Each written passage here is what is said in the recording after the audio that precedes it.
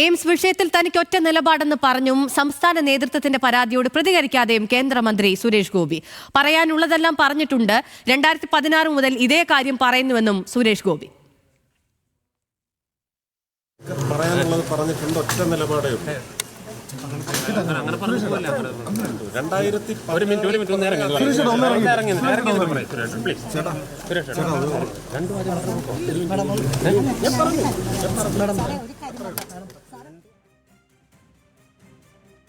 വിവരങ്ങളുമായി Levin K വിജയനുണ്ട്. Levin, ഈ വിഷയത്തിൽ BJPക്ക് അകത്ത് തന്നെ പടലപ്പിണക്കങ്ങളും എതിർ സ്വരങ്ങളും ഒക്കെ ഉയർന്നു കഴിഞ്ഞു. പ്രത്യക്ഷത്തിൽ തന്നെ അതിൽ ഒന്നും പറയാനുള്ളതെല്ലാം പറഞ്ഞിട്ടുണ്ട് എന്ന മറുപടി മാത്രമാണ് സുരേഷ് ഗോപി നൽകുന്നത്.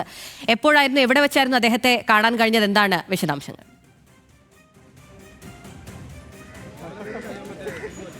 അഖില, തൃശ്ശൂരിൽ ഇന്ന് രാവിലെ അവനിശ്ശേരിയിലെ വില്ലേജ് ഓഫീസ് ഉദ്ഘാടനത്തിനെത്തിയ സുരേഷ് ഗോപിയോട് മാധ്യമങ്ങൾ ഇക്കാര്യം ചോദിച്ചപ്പോഴാണ് എയിംസ് വിഷയത്തിൽ തന്റെ നിലപാട് വീണ്ടും ആവർത്തിച്ച് സുരേഷ് ഗോപി സംസാരിച്ചത്. പറയാനുള്ള കാര്യങ്ങളെല്ലാം കേന്ദ്രത്തോട് പറഞ്ഞിട്ടുണ്ട്, അവരോട് പറഞ്ഞിട്ടുണ്ട് എന്നുള്ളതാണ് അദ്ദേഹം പറഞ്ഞത്. അതായത് കേന്ദ്ര നേതൃത്വത്തോടും പ്രധാനമന്ത്രിയോടും എയിംസ് വിഷയത്തിൽ കാര്യങ്ങൾ പറഞ്ഞിട്ടുണ്ട്.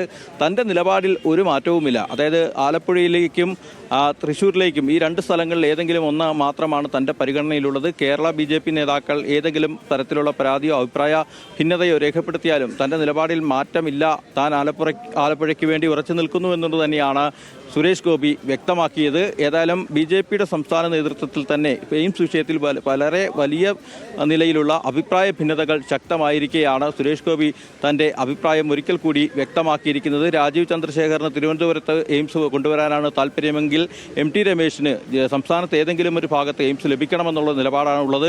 അതോടൊപ്പം തന്നെ തിരുവനന്തപുരത്തെ കൗൺസിലർമാരടക്കം ഈ വിഷയത്തിൽ പരാതിയുമായി മുന്നോട്ട് പോകുന്നു. അനൂപ് ആന്റണി സുരേഷ് ഗോപി സ്വീകരിക്കുന്ന ഏകപക്ഷീയമായ നിലപാടുകൾക്കെതിരെ പരാതി നൽകുന്നു. ഈ സാഹചര്യത്തിൽ ഈ പരാതികളോ അല്ലെങ്കിൽ ഇതുമായി ബന്ധപ്പെട്ടുകൊണ്ടുള്ള പാർട്ടിക്കുള്ളിലെ അഭിപ്രായ ഭിന്നതകളോ ഒന്നും തന്നെ ബാധിക്കുന്ന വിഷയമല്ല എന്ന് വീണ്ടും ആവർത്തിക്കുകയാണ് സുരേഷ് ഗോപി. 2016 മുതൽ താൻ ഈ കാര്യം പറയുന്നതാണ്, അതേ നിലപാട് തന്നെയാണ് തനിക്കുള്ളത് എന്നും സുരേഷ് ഗോപി വ്യക്തമാക്കുന്നു. ഏതായാലും എയിംസിന്റെ സംബന്ധിച്ചുള്ള അനിശ്ചിതത്വങ്ങൾ ഇനിയും അവസാനിക്കാതെ തന്നെ തുടരുകയാണ്. കേന്ദ്ര ആരോഗ്യമന്ത്രിക്ക് കത്ത് നൽകിയ സംസ്ഥാന മന്ത്രിക്ക് ലഭിച്ച മറുപടി, ധനമന്ത്രാലയത്തിന് ഈ പരാതി അല്ലെങ്കിൽ അപേക്ഷ കൈമാറിയിട്ടുണ്ട്, അതിന്മേലൊരു തീരുമാനം ഉണ്ടാകണമെന്നുള്ളതാണ്. 2016 മുതൽ ഇതേ കാര്യം പറയുന്നുണ്ട്.